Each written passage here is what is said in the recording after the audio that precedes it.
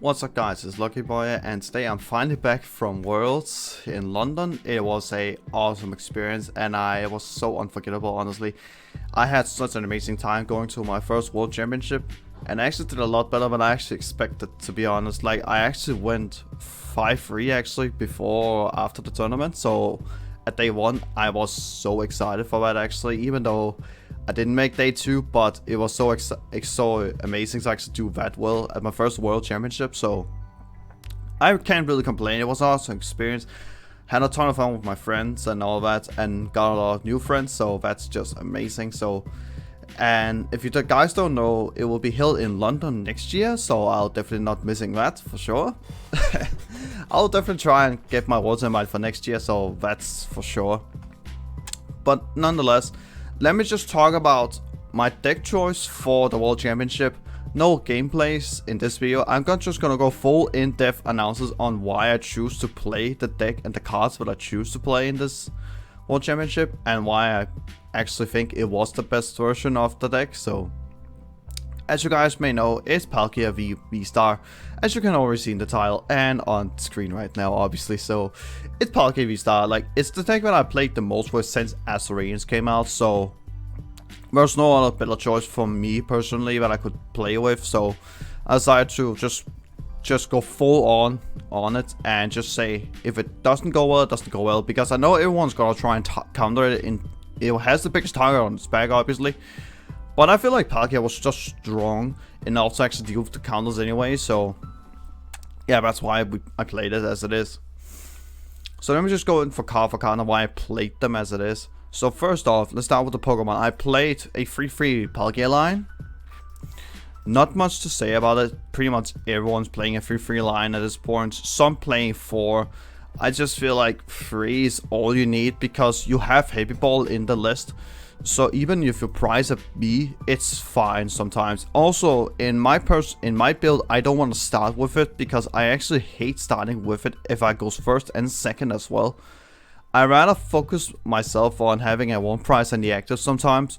But going first is more like better to have it. But then I also need energy turn 1, because if I don't have energy turn 1 with Palkia in the active, I don't see why it should be a decent. It's not a great start in my opinion, but it's still like good enough to actually make me feel like I can still do whatever I want, obviously.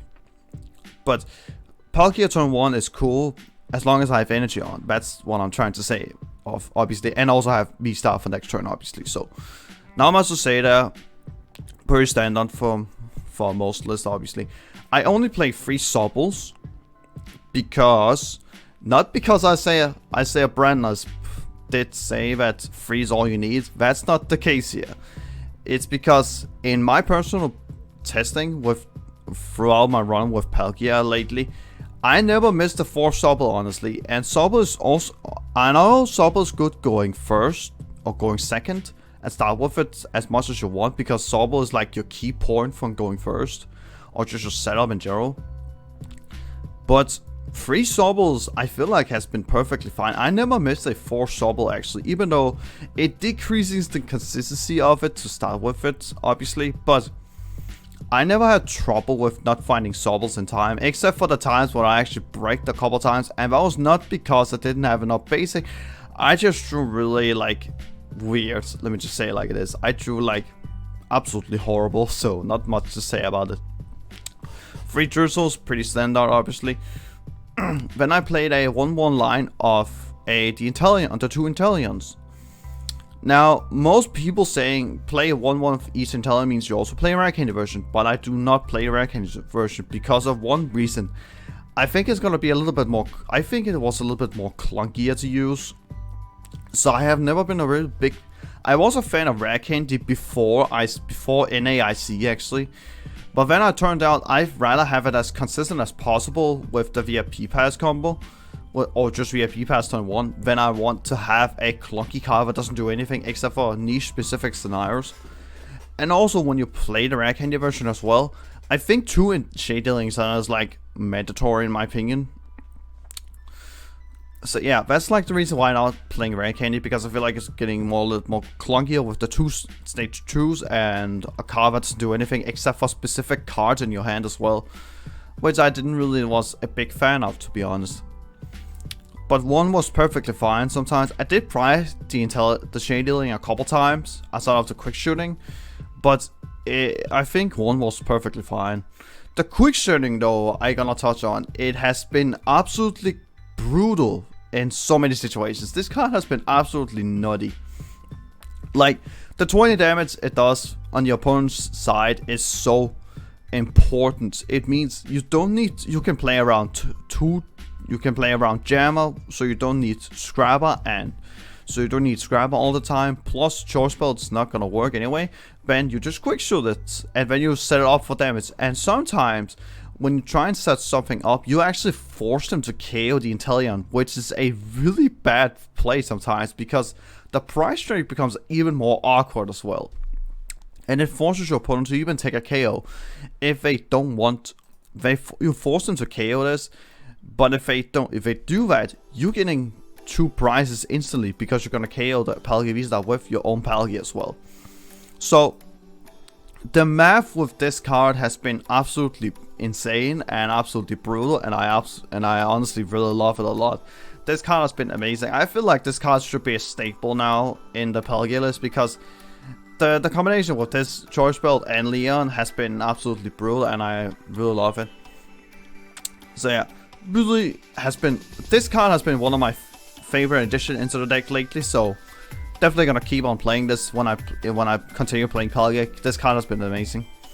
Greninja, obviously not too much to say. It's like standard at this point. Like, this card's broken. I don't have to explain why.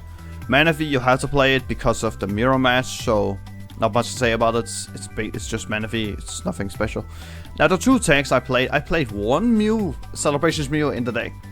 And I played that for a long time because one of my friends from UK actually tried this out, and I tried it out myself, and I actually liked it more than I actually expected, because this card actually helps you a lot more when you're getting Roxanne. Because, remember this, when you're getting Roxanne to 2 and you draw for turn, if you don't have access to any cards in deck, if you don't have access to an Inteleon or Drizzle at that point, every single one of your instants and Lumber Balls becomes much more viable after getting Roxanne. And for the most part, also you can also screw up your Drizzle or Shade Dealing Inteleon if you have that in play, obviously, to evolve from Drizzle or Sobble in that case. Also, another thing, it can grab Bucket, it can grab Cross Switcher and VIP Pass turn 1. And certain combo pieces like Acorn Horn, Heavy Ball, Jammer, and Torch Belt as well. To get even more consistency into what you actually want to do in your combo, when you're trying to do a combo here, with the certain amount of pieces you're needing in this specific situation. So I've been really liking the Mew a lot. People think it could maybe be a clunky addition into the active, because I also don't play Air Balloon as well. But you guys have to remember that if you get Cross Switcher, you're actually getting a free switch anyway. So Mew has never been stuck in the active, except for maybe a few times where I actually want to have it in the active because I couldn't do anything else. So that's like the only situations. Also, this card Roxanne improves you a lot. So normally when you're trying to prevent Roxanne hitting you actually in the mirror match with Palkia, but I am actually fine getting into Roxanne in this Roxanne situation because I have Mew that can look 6 more cards into my deck as well if I don't have access to an Inteleon or Drizzle. So Mew has been a really crucial card actually in a lot of situations, especially because it can Roxanne proof you and also those stuff, and increase your consistency as well to turn 1 start. Now I play also the 1 Emporium because at day 1 I was trying to avoid ties as much as I possibly could. So, and the reason why I played Emporium is not because of Lunar Rock. Don't worry about that deck is bad anyway, so that doesn't matter. But it was more for the Mewtwo V-Union strategy. Like, when you have Emporium in play, you force them to have to draw the cards manually because they can't use Snorlax. Miltank can't stall them out. they can use Meowth, and yeah, that's pretty much all that you stop. You can't stop Pyukumuku if that's not in play. And it also doesn't do anything against Palkia anyway, so that card is already worthless anyway. But Empoleon can actually one-shot every single one of their Pokemon, because the highest HP they have is 130 with the Snorlax. And what does it hit for? 130. So exactly now, the only downside with this card is you had to move the energies when you attack to another Pokemon, which is the sad thing about it. But and also you may be thinking, well, Miltank just has Big Charm or Cable Toughness when it can survive. Well, that's not the case here, because I also played, again, as already showed you, I played 2 Germa.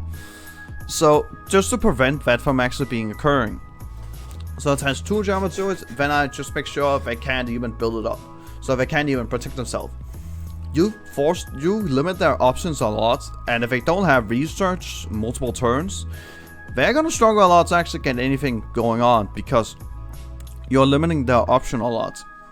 And also, they need to have Boss's Order or play Path to the Peak themselves to even do something here. Or play real aggressive stadiums like Rose Tower and Pokestop. So yeah, I really like the Empoleon a lot. It forced them actually, it slowed them down. It could slow them down.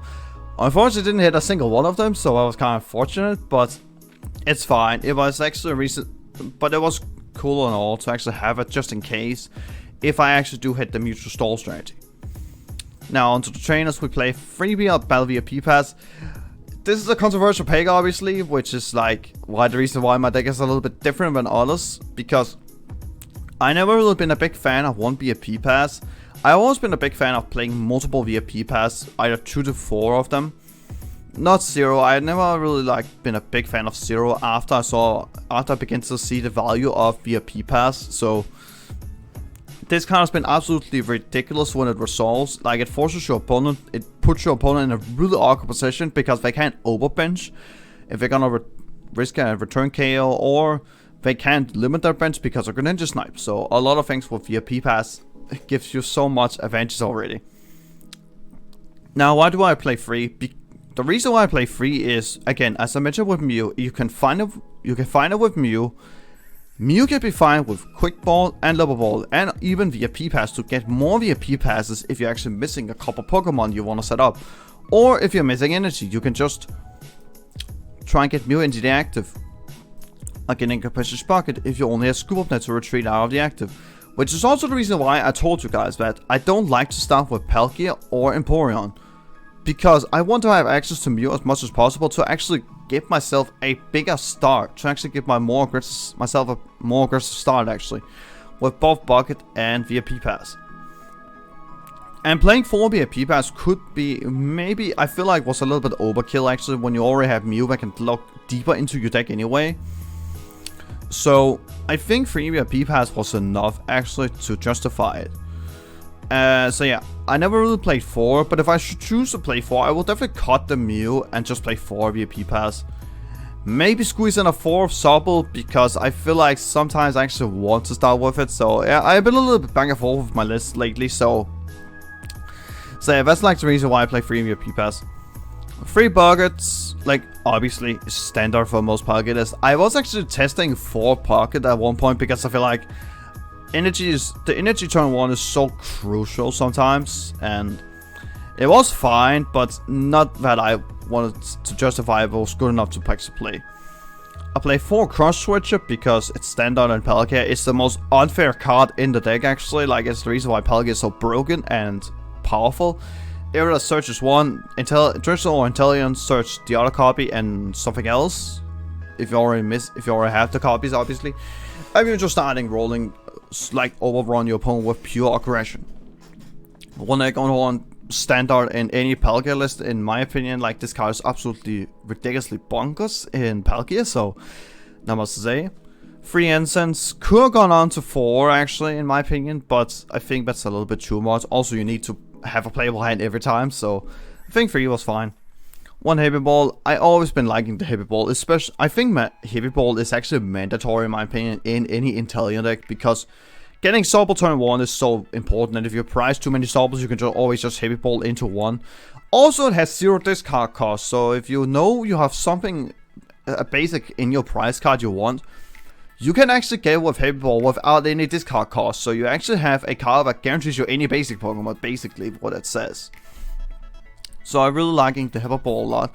I think it should be mandatory in any like Italian decks, so that's why I played it. 2 level balls. I don't really think I was missing the third one a couple times actually, so maybe could bump that up, but I'm not entirely sure yet about it. 3 quick ball. When you play a heavy VIP pass count, you 3 is perfectly fine with quick. 3 is perfectly fine, so not much to say. And this quick ball is like the most broken. It's like one of the best search cards we have right now. So also with Italian, it's fine. 2 scoop up nets. Was thinking of playing. I did play 3 a couple for the longest time, but that was because I was playing with Zigzagoon. But because I cut Zigzagoon actually for getting space for other cards, I didn't see a reason why I should play 3 scoop up nets, so I just played 2. Was missing a third one a couple times, but it was nothing that I will say is like mandatory when you're not playing Zigzagoon. If you're playing Zigzagoon, you should 100% play 3 because or else Zigzagoon can't really be useful here in most situations. 1 path to the peak. Not much to say, like, I think my path to the peak is pretty much standard at this point. Also, by the way, if you're not gotten your garbage yet, be sure to type down Worlds 2022 London in when you're entering codes to get a free gold path to the peak, by the way, if you have not gotten yours. Or if it's not out yet when the video is out, obviously. So just be sure to type. There will be links. There will be. I will type the code in the description so you guys can check it out. One training cord. I honestly think I was really close to actually just play 2 training cord. Actually, no path to the peak in general, because I feel like training cord was because I wanted to have in day 1. I wanted to have a deck that could actually play every single turn and do not care about getting path blocked. But I decided to go with path for the 1-1 split of peak and training cord in the end, because training cord was like a little bit better. Peak was actually really good in a lot of situations. So was missing but sometimes I was missing the second training cord a couple times, but it was fine as it was. So yeah, that's why I played it. 1 boss's order, like you don't need more of it. You only need 3 ghost effects anyway, so to win a game. So that's why there's only 1 boss. 3 areas. I needed space for some things that you need to play with when you play Emporion. So, but if I did not play Emporion, I will 100% play 4. This card is absolutely bonkers. It is like there's no explanation why this card was in the deck. Is in the deck in general. The Leon has been actually a little bit has really underperformed quite a lot. There was actually a couple times when there was actually more times it didn't come up as I actually anticipated. But the combination with this quick shooting and choice build is actually a really strong combination, obviously. But when it does not come up, it can be a little bit tough sometimes. But this is one of the few ways you can actually deal with Mewtwo v Union, actually. Because I actually, in my testing, or in my run, or my thoughts actually, I actually found out you can actually one-shot a Mewtwo v Union with a really specific setup. Like, all you need is just Palkia V and the Choice Bell Leon combo, and you have to quick shoot it 3 times. And you can do a double scoop up net and evolve it from 2 drizzles, which is possible, but really unlikely to happen. But it is a possibility, just saying, so. But really unlikely to happen, obviously.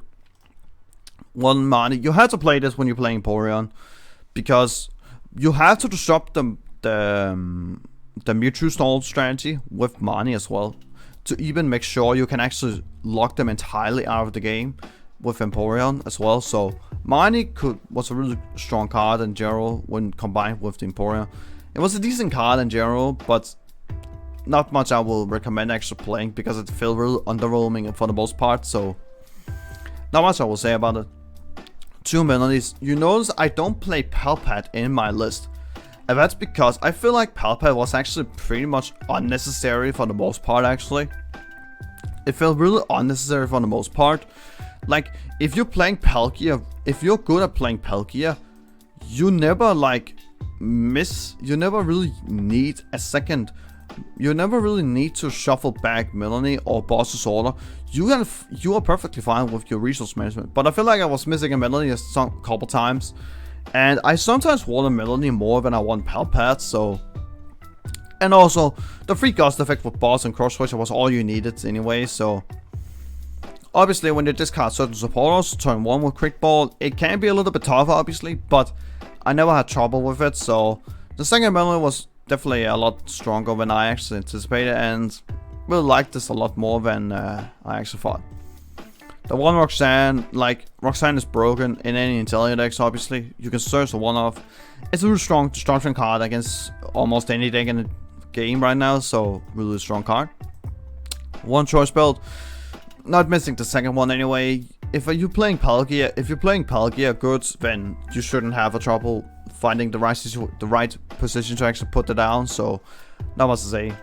The Tool Jammer, I was a little bit scared of actually hitting Mew actually in day 1, because I actually want something that could protect me from a Mew more than and also can help you against the mirror match to prevent a one shot with a choice spell on. So I found this actually pretty useful in a lot of situations to prevent aggressive turns from your opponent's Pokemon. So I really like Tool Jammer a lot. Sometimes better than 2 Scrubber, sometimes it depends on the situation, and also 7 basic energies as well to run out the deck. So that is my whole deck, and why I played almost every single card in the deck. Now, as I mentioned, I didn't go to day 2. I was 5-3, 1 win away, unfortunately. But if I went to day, but now you want to ask, what if I actually made day 2? Will I also play this list? Absolutely not. The Emporion and Mine was only because I didn't want to tie against the mutual stall strategy. So I will cut those, and my list will probably looks like this actually. So Emporion and Mani out for the 4th era, obviously, as mentioned, and I also added a 2 Scrubber in.